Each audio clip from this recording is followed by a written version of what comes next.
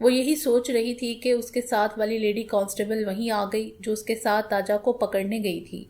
اس نے آتے ہی سرگوشی میں تلخی سے کہا، اب یہ نئی مصیبت آ گئی ہے۔ ایک سرکار کا کام کرے، اوپر سے شک میں تفتیشیں بھی ہوں تو پھر کیا ہوا؟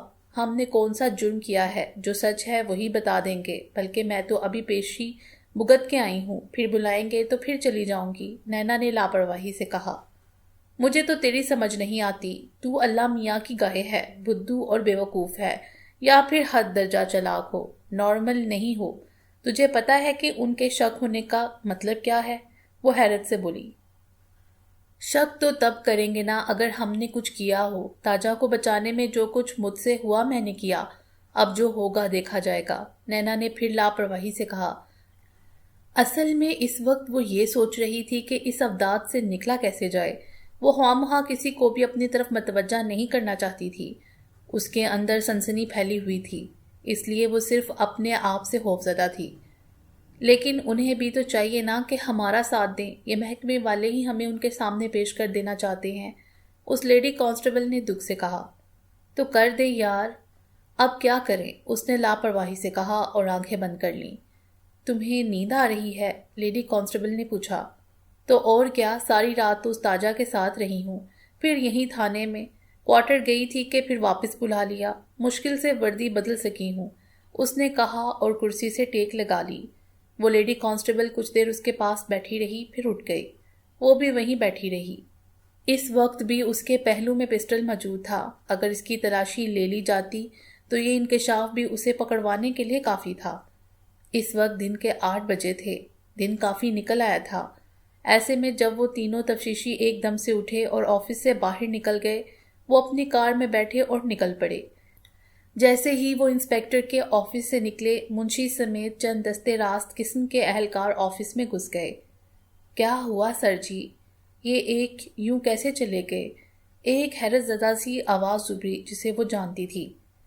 یار فون آیا انہیں مٹھن خان کا، اسے پتہ چل گیا کہ قاتل کون ہے۔ انسپیکٹر کی آواز آئی تو نینا نے سانس روک لیا۔ اس کی ساری سماعتیں اسی جانب لگ گئیں۔ کون ہے سر، کچھ پتہ چلا؟ دوسری آواز ابھری۔ کوئی گولی نام کی عورت ہے یا مرد ہے؟ اس کا نام پہلے بھی سن چکا ہوں۔ انسپیکٹر نے تجسس امیز لہجے میں کہا۔ او سر، یہ تو بڑی مصیبت پڑنے والی ہے، ایک اہلکار کی تشویش زدہ آواز آئی۔ ہاں ہے تو ایسا ہی، یہ مٹھن خان کی کوئی اپنی دشمنی داری ہے، اب بھگتنی ہمیں پڑے گی، انسپیکٹر نے کہا۔ وہی تو کہہ رہا ہوں، اب دیکھو کیسے ناک کے نیچے سب ہو گیا اور ہم کچھ نہیں کر سکے۔ تاجا کے ساتھ آنے والے لوگ بھی ڈاڑے تھے، منشی بولا تو انسپیکٹر نے چند لمحے رک کر اعتراف کیا۔ ڈاڑے تو تھے، یہ کہہ کر وہ لمحہ بھر کو رکا، پھر بولا، اچھا یار فی الحال تو میں جا رہا ہوں گھر، واپس آؤں گا تو بات کریں گے، ساری رات ہو گئی دماغ خراب ہو رہا ہے۔ یہ کہہ کر وہ آفس سے نکلتا چلا گیا۔ نینا کے لیے وقتی طور پر خطرہ ٹل گیا تھا، لیکن نینا تیزی سے سوچ رہی تھی، یہ سب ہو کیسے گیا؟ کہیں یہ طوفان سے پہلے والی خاموشی تو نہیں؟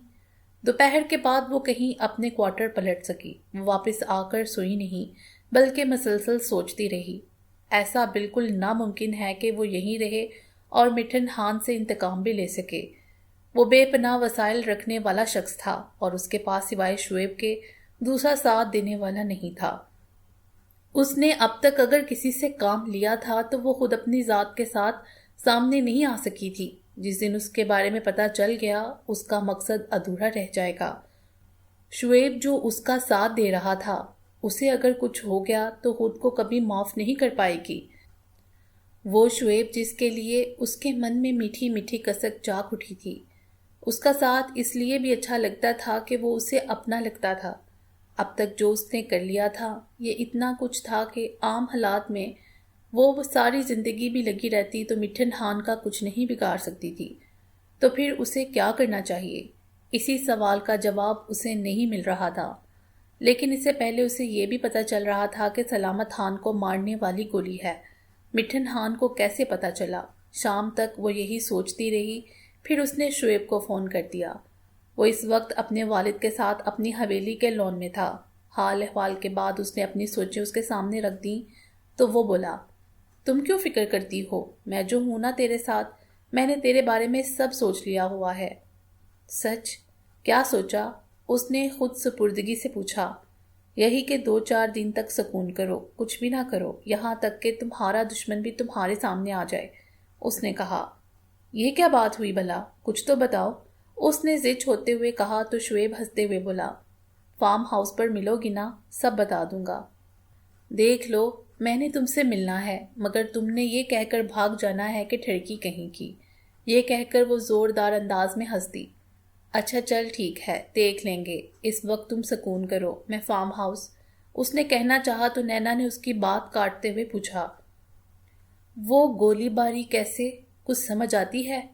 یار اس پر زیادہ سوچنے والی کیا بات ہے؟ فلک شیر نے جا کر تاجہ کو بتایا ہوگا اور تاجہ سے بات نکل گئی ہوگی جو مٹھن ہان تک پہنچ گئی ہے۔ یہ کہہ کر اس نے ایک لمحے کو رک کر کہا، تم ایسا کرو، گولی بن کر تاجہ سے بات کرو، سب پتہ چل جائے گا۔ یہاں کا ماحول نہیں، مجھے کہیں اور بندوبست کرنا پڑے گا، خیر میں دیکھ لیتی ہوں۔ اس نے سوچتے ہوئے کہا، اوکے پھر تم یہ بات کرو، میں تمہیں کال کرتا ہوں، شعیب نے کہا اور فون بند کر دیا۔ نینا کچھ دیر سوچ کر اپنے خیالوں کو اکٹھا کرتی رہی، پھر اٹھ کر باہر کی طرف چل دی۔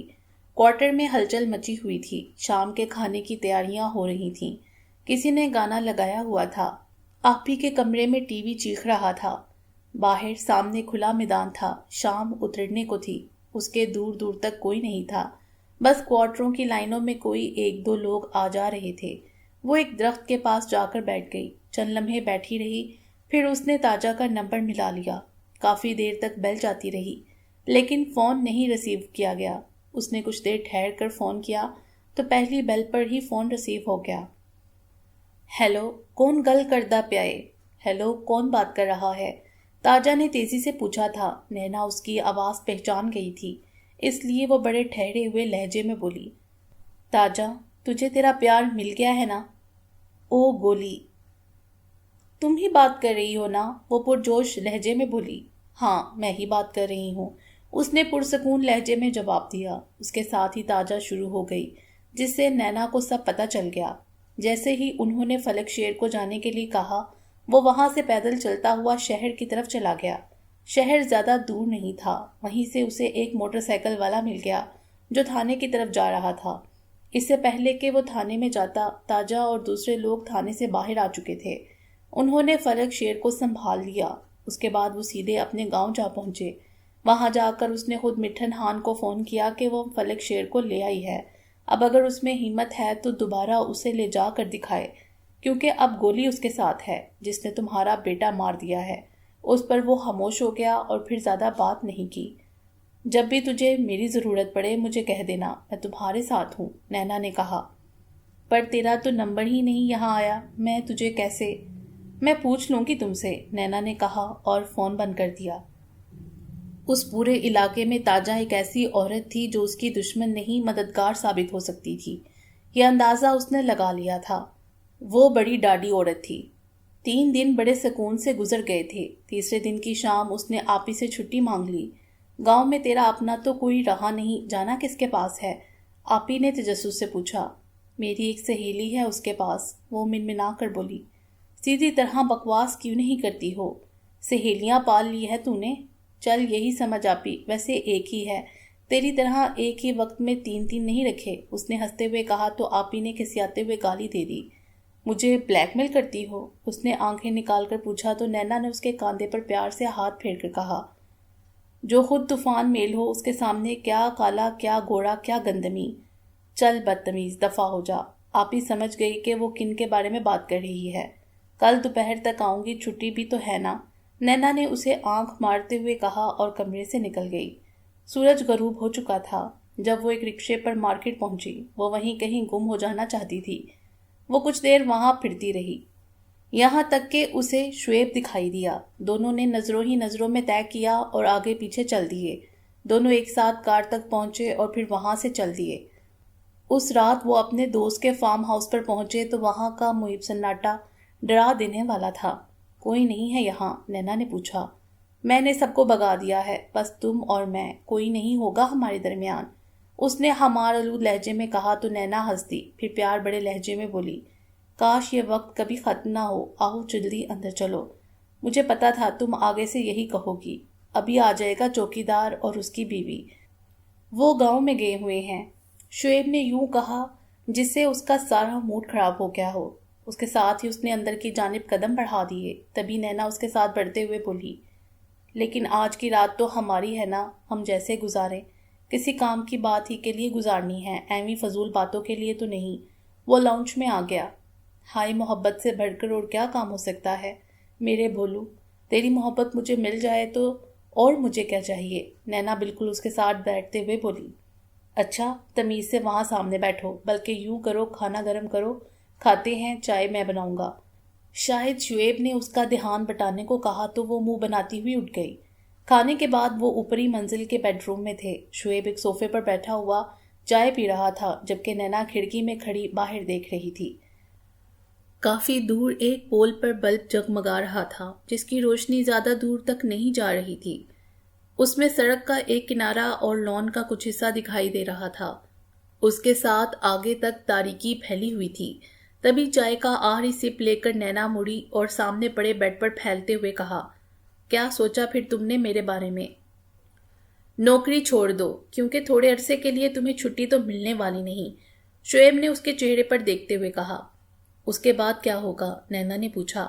پھر تم اس دنیا میں گم ہو جاؤ گی، کوئی تجھے پوچھنے والا نہیں ہوگا، نہ کسی سے اجازت لینے کی ضرورت ہوگی، جو چاہے مرضی کرنا، آزاد ہوگی تم، شعیب نے کہا۔ تم ٹھیک کہتے ہو، میں بھی یہی سوچ رہی تھی، لیکن نینا نے کہنا چاہا تو وہ بولا، میں نے سب پلان کر لیا ہے۔ تمہارا کیا مطلب ہے میں نے کچھ بھی نہیں سوچا؟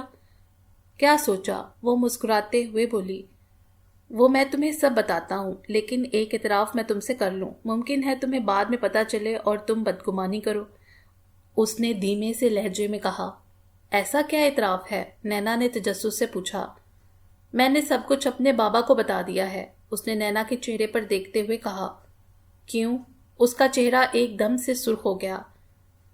اس کے بغیر کوئی چارہ نہیں تھا، وہ 4 قتل جو ہوئے اس پر بابا کو شک ہو گیا تھا۔ مٹھن خان کوئی بیوقوف بندہ نہیں کہ اسے پتہ نہ چلے۔ اس نے یہ کھوج نکال لیا تھا کہ جو کچھ ہوا اس کا تعلق مجھ سے ضرور ہے۔ اس کے لوگ بابا تک آتے رہے، یہ تک کہہ گئے کہ بتا دیں آگے کی کوئی کارروائی نہیں ہوگی۔ بابا بہت پریشان ہو گئے تھے، انہوں نے مجھ سے نہیں پوچھا، لیکن میں نے خود بتا دیا کہیں وہ لا علمی میں پھنس نہ جائیں، اس نے تفصیل سے بتا دیا۔ تو پھر نینا کو اپنا آپ ڈولتا ہوا محسوس ہوا۔ تو پھر فائدہ ہی ہوا، بابا نے پورے اعتماد سے انہیں کسی دوسرے ہی ٹریک پر لگا دیا۔ مطلب اس کا مطلب یہ نہیں کہ مٹھن خان نے ہمیں فری چھوڑ دیا، وہ اب بھی اسی طاق میں ہے۔ خیر، بابا نے مجھے پورا اختیار دے دیا کہ میں جو مرضی کروں، جس قدر چاہوں اور جیسی چاہوں بابا کی مدد لوں، اور انہوں نے ایسا کیا۔ کیا کیا انہوں نے؟ وہ اس وقت ہماری ڈھال بن چکے ہیں۔ جس وقت میں سلامت خان کے لیے تمہارے پاس گیا تھا، میں انہیں بتا کر آیا تھا، اور انہوں نے جو کار مجھے دی وہ میری نہیں تھی، چوری کی تھی، جسے اب تک ٹھکانے لگا دیا گیا ہے۔ جو اسلحہ لے کر گیا وہ گھر سے لے کر گیا۔ ہینڈ بم کا آئیڈیا بابا نے ہی مجھے دیا تھا، تم نہ بتاتی تو میں تجھے یہی مشورہ دینے والا تھا۔ مطلب وہ ہماری پوری طرح سے سپورٹ کریں گے، یہاں تک کہ مٹھن خان ختم ہو جائے؟ شعیب نے کہا تو نینا کو چپ لگ گئی، جس پر وہ بولا، اگر تم یہ سوچ رہی ہو کہ بابا نے ایسا اپنے فائدے کے لیے، تو تم ٹھیک سوچ رہی ہو۔ جب تک مٹھن خان ہے بابا کا بھی اس علاقے پر روب نہیں رہے گا، وہ اپنی ساکھ تک ختم کر چکے ہیں۔ کبھی وہ اس علاقے سے اسمبلی ممبر ہوتے تھے، اب نہیں۔ ان کی سوچ بھی عام جاگیرداروں والی ہے، بابا بھی کچھ نیا نہیں۔ لیکن نینا میں ایک وعدہ کرتا ہوں، شعیب نے آخری لفظ بڑے جذباتی لہجے میں کہے تو نینا نے اس بات میں سر ہلاتے ہوئے کہا، نہیں، تم کوئی وعدہ نہیں کرو گے، مجھے تم پر ویسے ہی اعتبار ہے، تیری ہر بات میرے لیے وعدہ ہے۔ یہ سن کر شعیب چند لمحے صوفے پر بیٹھا اس کی طرف دیکھتا رہا، پھر اٹھ کر اس کے پاس بیڈ پر آ گیا۔ اس نے نینا کا ہاتھ اپنے ہاتھ میں لیتے ہوئے ہولے سے پوچھا، اتنا اعتماد کیوں؟ تم مجھے میرے اپنے ہو، تمہیں یقین کیوں نہیں آتا؟ مجھے تم پر اتنا بھروسہ ہے کہ مرنے کے لیے کہو گے تو فوراً جان دے دوں گی، آزما لینا، نینا نے کہا اور اس کے کاندھے پر اپنا سر رکھ دیا۔ شعیب اس کے بال سے ہلاتا رہا، نینا کا دل رونے کو چاہ رہا تھا، لیکن ایک بھی آنسو اس کی آنکھ میں نہیں تھا۔ وہ چند لمحے یوں ہی دم سادے بیٹھے رہے، پھر شعیب نے ایک دم سے الگ ہو کر کہا، یہ ہم جذباتی کیوں ہو رہے ہیں؟ یہ کہتے ہی وہ اٹھنے لگا تو نینا نے اسے کندھوں سے پکڑ لیا اور پھر بیڈ پر اسے پھینک کر اس کے اوپر بیٹھ گئی۔ بکواس کرتا، وہاں سے اٹھ کر تم یہاں آئے ہو، مجھے اپنے ساتھ لپٹایا اور اب پارسا بنتے ہو، نینا نے کہا اور اپنا چہرہ اس کے چہرے کے بالکل پاس لے گئی۔ میرا وہ مطلب تو نہیں تھا جو تم سمجھ رہی ہو، شعیب نے ہنستے ہوئے کہا۔ جھوٹا کہیں کا، بہانے کیوں بناتے ہو؟ میں ہوں جب یہ کہتے ہوئے اس نے اپنا ماتھا اس کے ماتھے کے ساتھ لگا دیا۔ وہ سمجھ گیا کہ نینا کیا کرنے والی ہے۔ وہ اپنا چہرہ دائیں بائیں کرتے نیچے سے نکلنے کے لیے زور لگانے لگا، مگر نینا کے ہاتھوں میں جکڑا گیا تھا۔ وہ ایک دم سے تڑپ اٹھا۔ نینا بیڈ پر ایک طرف جا گری تو پھولتے ہوئے سانسوں سے بولا، نہیں، یہ سب نہیں ہوگا نینا۔ میں لفظ اس کے منہ میں ہی تھے کہ نینا اچانک اچھلی اور پھر اس پر جا پڑی، اسے دبوچ کر بولی، بھاگ کر دکھا۔ نہیں بھاگ سکتا، وہ بلا مشکل پھولی سانسوں میں کہا تو نینا نے اسے چھوڑ دیا، پھر اس کی حالت دیکھ کر بولی، تیرا تو سٹیمنا بالکل نہیں ہے، تم تو مرد ہو۔ میں تیری طرح کسرت نہیں کرتا، وہ بولا۔ تو کیا کرو نا، اس نے ہنستے ہوئے کہا۔ آنے والے دنوں میں جو میں نے پلان کیا ہے اس میں یہ بھی ہے کہ میں نہ صرف اپنا سٹیمنا بناؤں بلکہ اور بہت کچھ سکھانا ہے تجھے، شعیب نے سکون سے بیڈ پر ٹیک لگاتے ہوئے کہا۔ وہ پلان کیا ہے وہ تو بتاؤ نا، اس نے تجسس سے پوچھا۔ تم چند دن میں یہ جاب چھوڑ دو گی، اس کے بعد تم ایک گھر میں رہو گی سکون سے، تمہیں کچھ بھی کرنے کی ضرورت نہیں سوائے ایک کام کے، اس نے بتایا۔ وہ ایک کام؟ اس نے پوچھا۔ مٹھن خان کا خاتمہ، بس، شعیب نے کہا تو نینا کی آنکھوں میں ایک دم سے چمک پڑ گئی۔ وہ اس بابت بہت سوچا کرتی تھی، نوکری کی پابندی اسے کچھ بھی نہیں کرنے دیتی تھی، اس پر وہ کھل کر کسی کو فون بھی نہیں کر سکتی تھی۔ تھانے یا کوارٹر میں ہر وقت لوگوں کے درمیان رہنے سے وہ کئی لوگوں سے رابطہ چھوڑ چکی تھی۔ وہ یہی سوچتی رہتی تھی کہ اگر اسے آزادانہ زندگی مل جائے تو وہ کیا کچھ کر سکتی ہے۔ وہ وقت اب آنے والا تھا۔ اوکے، میں ایک ہفتے کے اندر نوکری چھوڑ دوں گی، نینا نے ایک دم سے کہا۔ گڈ گرل، شعیب نے کہا اور سکون سے لیٹ گیا۔ تبھی نینا نے اس کے پہلو میں لیٹتے ہوئے کہا، تمہارا کیا خیال ہے، تاجہ کچھ کرے گی مٹھن خان کے خلاف؟ وہ صرف دفاع کر سکتی ہے، ابھی وہ اس پوزیشن میں نہیں کہ بڑھ کر وار کر سکے۔ اس نے اپنا خیال بتایا تو نینا نے شرارت سے کہا، یار دل کرتا ہے کہ مٹھن خان کو چھیڑوں۔ تو چھیڑ لو، وہ ہنستے ہوئے بولا۔ تب نینا اٹھی، اس نے اپنے پرس میں سے فون نکالا اور کال کرنے کے لیے نمبر پش کر دیے۔ چند بیل بعد اس نے فون ریسیو کرتے ہوئے کہا، ہیلو، سلامت خان کا تحفہ کیسا لگا؟ تم جو بھی ہو مجھ سے بچ نہیں سکتی ہو، تمہیں جس نے بھی یہاں بھیجا ہے میں اس سے وہ انتقام لوں گا جسے دنیا یاد رکھے گی۔ وہ غصے میں یوں بولا جیسے خود پر بڑی مشکل سے قابو پا رہا ہو۔ تم زندہ بچو گے تو انتقام لوگے، تم نہیں جانتے تم ہر وقت میرے نشانے پر ہو، میں جب چاہے تمہیں مار دوں، نینا نے یوں کہا جیسے اس کا مذاق اڑا رہی ہو۔ بلف کر رہی ہو تو مان لیتا ہوں، ایک بار سامنے آ جا پھر تو بچ نہیں سکتی، تجھے اور اسے دونوں کو، اس نے کہنا چاہا تو وہ ہنستے ہوئے بولی، کوئی یوں کروڑوں نہیں لگا دیتا، میں جانتی ہوں تیرا دوسرا بیٹا لندن سے ادھوری تعلیم چھوڑ کر آ گیا ہے، اسے بچا۔ میں، اس نے کہنا چاہا تو وہ بات کاٹتے ہوئے دھاڑ کر بولا، اوئے، اپنی زبان کو لگام دو، اگر ہمت ہے تو میرے بیٹے کی طرف انگلی کر کے دیکھو۔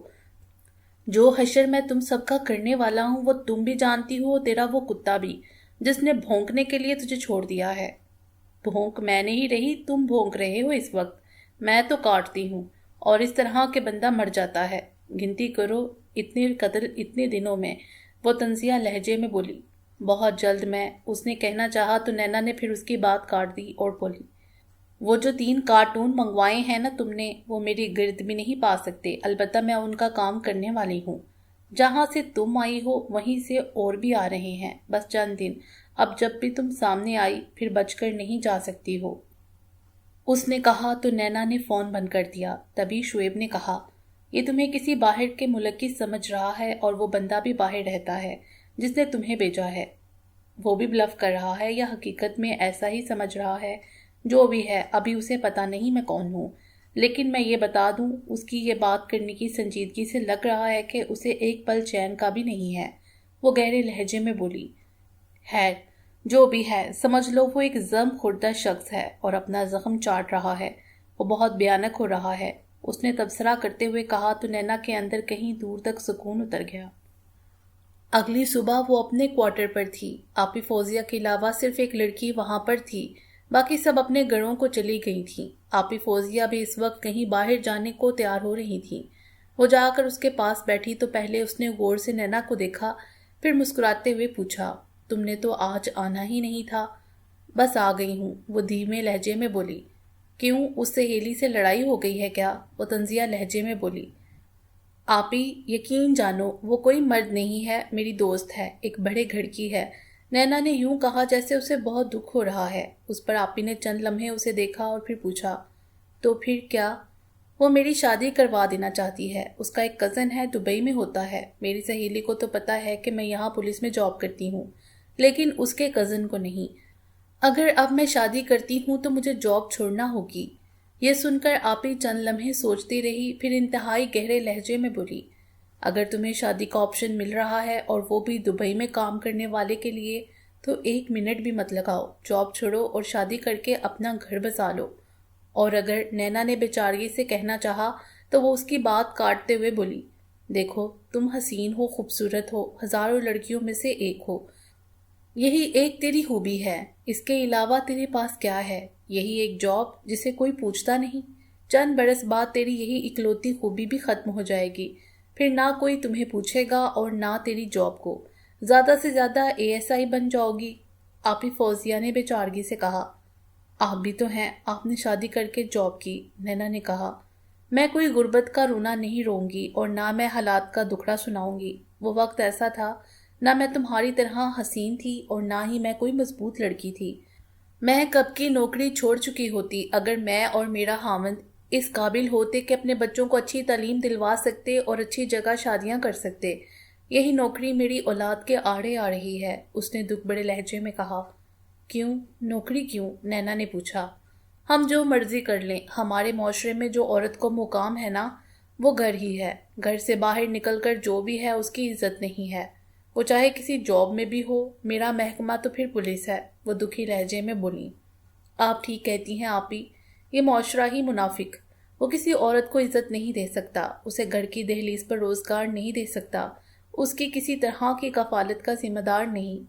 تو ایسا معاشرہ عورت کو بے عزت کرنے کا کوئی حق نہیں رکھتا، اسے قسم کی روک ٹوک کا بھی حق نہیں۔ نینا جذباتی ہو گئی، اسے اپنا وقت یاد آ گیا۔ لیکن حقیقت یہ ہے کہ ہمیں اسی معاشرے کے ساتھ رہنا ہے، بھاگ کر کہیں جا بھی نہیں سکتے، دن بدن پاؤں میں بیڑیاں پڑ جاتی ہیں۔ آپی بھی دکھی ہو گئی۔ نہ ڈالے بندہ بیڑیاں، نینا بولی۔ نہ ڈالے، لیکن ہم خود ہی اس کے ذمہ دار بن جاتے ہیں۔ سب سے پہلے تحفظ چاہیے ایک عورت کو، ورنہ اکیلی عورت مردار کی طرح ہوتی ہے جس پر لوگ گدھوں کی طرح آ چپٹنا اپنا حق سمجھنے لگ جاتے ہیں۔ دوسرا، ہمارے اپنے ہی بدن کی پکار ہمیں خود سے اجنبی کر دیتی ہے۔ کب تک اس کی پکار کو نظر انداز کر سکتے ہیں؟ ایک کمزور لمحہ، صرف ایک کمزور لمحہ ہمیں نہ جانے کہاں سے کہاں تک لے جا سکتا ہے۔ آپی نے اسے سمجھاتے ہوئے کہا۔ آپ ٹھیک کہتی ہو، مجھے یہ چانس گنوانا نہیں چاہیے، نینا نے کہا تو وہ تیزی سے بولی۔ بالکل، کبھی بھی نہیں۔ ٹھیک ہے، آپ پھر کریں نا بات، میں خاموشی سے یہ نوکری چھوڑ کر چلی جاؤں، پلٹ کر اگر کوئی پوچھے بھی تو میرا پتہ نہ چلے، نینا نے بیچارگی سے کہا۔ میں کرتی ہوں بات، تم چپ چاپ چلی جانا، آپی نے کہا تو اس نے خوش ہوتے ہوئے پوچھا، کب تک ہو جائے گا؟ آج تو چھٹی ہے، کل پہلا کام ہی یہی ہوگا، بس ہیڈ کو ایک درخواست دینی ہے۔ تمہاری کون سی اتنی نوکری ہے، 2 سال ہی تو ہوئے ہیں، 1-2 دن بس، آپی نے اسے بتایا۔ مطلب پھر یہی ہوگا کہ میں خاموشی کے ساتھ اپنی دنیا میں چلی جاؤں گی؟ نینا نے پرجوش لہجے میں پوچھا۔ ہاں ہاں، مشکل تو تب ہوگی نا اگر تم نے کوئی جرم کیا ہو۔ تمہارا تو کیس ہی نہیں، ایک سادہ سے درخواست اور پھر کلیئرنس، بات ختم، اس کے بعد جو مرضی کرنا، آپی نے کہا تو ایک دم سے خوش ہو گئی۔ اچھا چل، مجھے آج بازار جانا ہے، آ کے بات کرتی ہوں، آپی نے اٹھتے ہوئے کہا تو وہ بھی اٹھ کر اپنے بستر پر آ گئی۔ اس کے دماغ سے آپی کی باتیں نہیں نکل رہی تھیں، اسے یہ اچھی طرح احساس تھا کہ اس وقت بہت مجبور عورت ہے۔ اس نے من ہی من میں فیصلہ کر لیا کہ اگر اسے موقع ملا تو وہ ضرور اس کی مدد کرے گی۔ وہ رات بھر کی جاگی ہوئی تھی، یہی سوچتے ہوئے نہ جانے کب سو گئی۔ اس کی آنکھ جب کھلی تو کوارٹر میں شام اتر آئی تھی۔ اگلی صبح وہ اپنی درخواست لے کر ہیڈ آفس کے پاس چلی گئی۔ اس نے سلوٹ مارا اور اپنی درخواست میز پر رکھ دی۔ ہیڈ نے بڑے غور سے پڑھا، چند لمحے سوچتا رہا، پھر اس نے چند عام سے سوال پوچھ کر اس کی درخواست پر دستخط کر دیے۔ اسے اندازہ نہیں تھا کہ اتنی جلدی وہ نوکری سے چلی جائے گی۔ پولیس میں ہوتا ہے لڑکیاں آتی کم ہیں اور جاتی زیادہ ہیں، یہ کوئی اتنی انہونی بات نہیں ہے۔ اب بس تو لائن میں متعلقہ آفیسر سے کلیئرنس لے اور ختم، آپی نے کہا تو وہ بجائے تھانے کے لائن میں چلی گئی۔ شام تک اس نے کوارٹر سے اپنا بوریا بستر اٹھا لیا تھا۔ اس نے کوارٹر میں کوئی ایسی چیز نہیں چھوڑی تھی جس سے اس کے بارے میں کوئی پتہ چلے۔ وہ جب وہاں سے چلی تو آپی رو پڑی تھی، وہ بھی بھاری دل سے چل پڑی۔ اس وقت دن غروب ہو چکا تھا جب وہ اپنا سامان لیے اپنے گاؤں چلی گئی، اگرچہ اب وہاں کوئی نہیں تھا۔ اس کے بھائی گھر بار بیچ کر نہ جانے کہاں چلے گئے تھے۔ اس نے وہ سارا سامان گاؤں کی ایک غریب عورت کو دے دیا۔ چند گھنٹے وہاں اس کے پاس رہی اور پھر جیسے ہی شعیب کی کال آئی وہ گاؤں سے نکل پڑی۔ وہ سڑک پر آئی تو چند لمحے بعد شعیب کی کار اس تک آن پہنچی۔ وہ اس میں بیٹھی تو اس نے کار بڑھا دی۔ کیسا محسوس کر رہی ہو؟ شعیب نے پوچھا تو وہ چند لمحے خاموش رہی، پھر بڑے ہی جذباتی لہجے میں بولی، یوں لگتا ہے جیسے میں اپنی ساری اترن یہاں پھینک دی ہے اور پھر اپنا خالص پن یہاں چھوڑ کر جا رہی ہوں، کچھ سمجھ نہیں آ رہا۔ او تو اس وقت تم جذباتی ہو رہی ہو، شعیب نے سنجیدگی سے کہا۔ ہاں، میں اس وقت اپنے آپ میں نہیں ہوں۔ اوکے، تم آج سو جاؤ، کل باتیں کریں گے، وہ گہرے لہجے میں بولا۔ کہاں سونا ہے؟ کوئی جگہ ہے تمہارے پاس؟ دیکھو میں کیا ہوں، ایسی عورت جس کے پاس اپنے رہنے کو بھی گھر نہیں ہے، یہاں تک کہ سونے کو بھی جگہ نہیں ہے۔ یہ کہتے ہوئے اس کا لہجہ بیک گیا تھا۔ اس پر شعیب خاموش رہا، کوئی جواب نہ پا کر وہ بھی خاموش ہو گئی، یہاں تک کہ شہر کے شمالی علاقے میں ایک نئی پوش کالونی میں موجود بنگلے کے آگے کار روک دی۔ ہارن بجتے ہی گیٹ کھل گیا، وہ کار لیے پورچ میں چلا گیا۔ کار سے اتر کر خود داخلی دروازہ کھولا اور اسے اندر آ جانے کا اشارہ کیا۔ وہ اتر کر اندر چلی گئی۔ ایک بڑا سا لاؤنج تھا جو بیش قیمت اشیاء سے سجا ہوا تھا۔ وہ یہی دیکھ رہی تھی کہ شعیب نے دھیرے سے اس کا ہاتھ پکڑا اور ہلکے سے کہا، یہ سب تمہارا ہے، آؤ بیڈ روم دکھاؤں۔ نینا اس پر خاموش رہی، اس کے ساتھ بڑھتی چلی گئی۔ اوپر کی منزل میں ایک کمرہ کھول کر اسے اندر لے گیا۔ کمرے میں ہر طرح کی جدید سہولیات تھیں۔ نینا، یہ تمہارا بیڈ روم ہے، وارڈروب دیکھو، شاور لو اور تیار ہو کر نیچے آ جاؤ، میں تمہارا انتظار کر رہا ہوں۔ میں بہت ڈسٹرب ہوں شعیب آج۔ جیسے کہہ رہا ہوں ویسا کرو پلیز، اس نے کہا اور کمرے سے باہر نکلتا چلا گیا۔ تقریباً 1 گھنٹے بعد جب وہ تیار ہو کر نیچے گئی تو سادہ سا حسن سیدھے شعیب کے دل میں اتر گیا۔ وہ اسے دیکھتا ہی رہ گیا۔ شعیب نے ہاتھ بڑھایا تو اس نے اپنا ہاتھ اس کے ہاتھ میں دے دیا۔ وہ اسے لا کر صوفے پر بیٹھ گیا۔ تبھی اس نے آواز دی، باغ علی۔ اس کی آواز کی باز گشت میں ایک اڈیر عمر مضبوط بدن والا شخص نمودار ہوا تو اس نے کہا، یہ جو میرے ساتھ بیٹھی ہیں میری بیوی ہیں، میں نے ان سے شادی بابا سے چھپ کر کی ہے۔ جیسے ہی میں نے سمجھا کہ انہیں بتا دوں تبھی یہ راز کھلے گا۔ یہ راز یہاں سے نکلنا نہیں چاہیے۔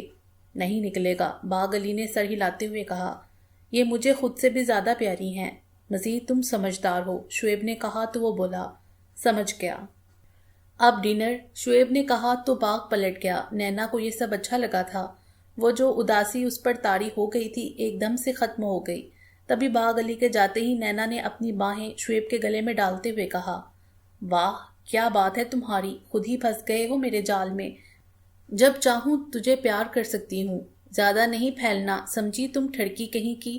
اس نے آرام سے اس کی باہیں اپنے گلے سے نکال دیں۔ دیکھ لو، نینا نے مسکراتے ہوئے دھمکی دی۔ دیکھ لیا۔ اب سنو، ہم چند دن یہاں رہیں گے، صرف اتنے دن جتنے دن میں تمہارا پاسپورٹ نہیں بن جاتا اور دبئی کا ویزا نہیں لگ جاتا۔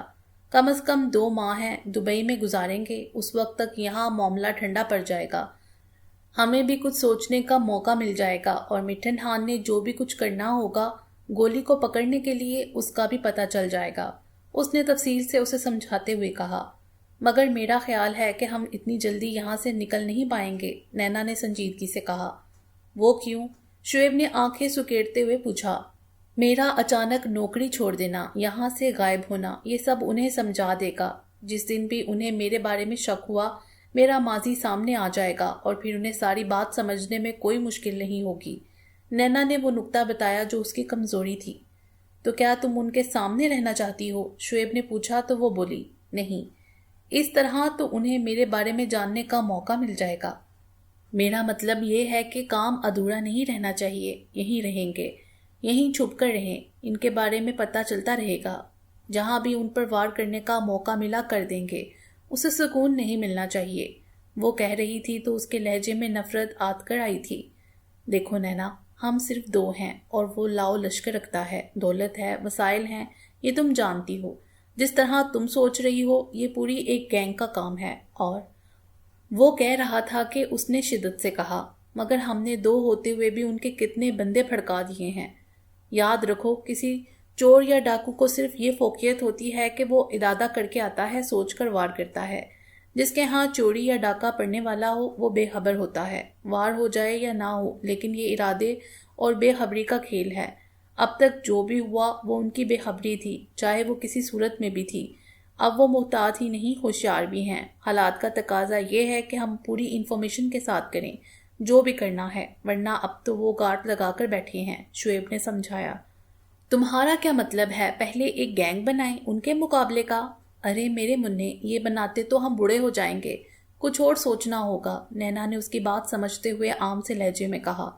وہ یہ سمجھ گئی تھی کہ شعیب جو کہہ رہا ہے وہ ٹھیک ہے. وہ سوچ لیتے ہیں. وہ بولا، میں یہ بات سمجھتی ہوں کہ ان کے درمیان جو بھی لوگ ہیں جن سے انفارمیشن مل سکتی ہے انہیں زیادہ مضبوط کیا جائے. جب تک ان کے اندر کوئی بندہ پیدا نہیں ہوگا تب تک ہم وہ کچھ نہیں کر سکتے جو ہمیں کرنا ہے. نینا نے اسے سمجھاتے ہوئے کہا. تو انہیں باغ علی آتا ہوا دکھائی دیا. وہ قریب آ کر بولا، جناب ڈنر لگ گیا ہے. ہم آ رہے ہیں، شعیب نے جواب دیا. وہ پلٹ کر چلا گیا تو یہ دونوں اٹھ گئے. باقی انشاءاللہ اگلی ویڈیو میں. امید ہے آپ کو یہ ویڈیو پسند آئی ہوگی. ہمارے چینل کو سبسکرائب کریں اور بیل آئیکن کو پریس کر دیں ہمارے چینل کی لیٹسٹ اپڈیٹس حاصل کرنے کے لیے. شکریہ.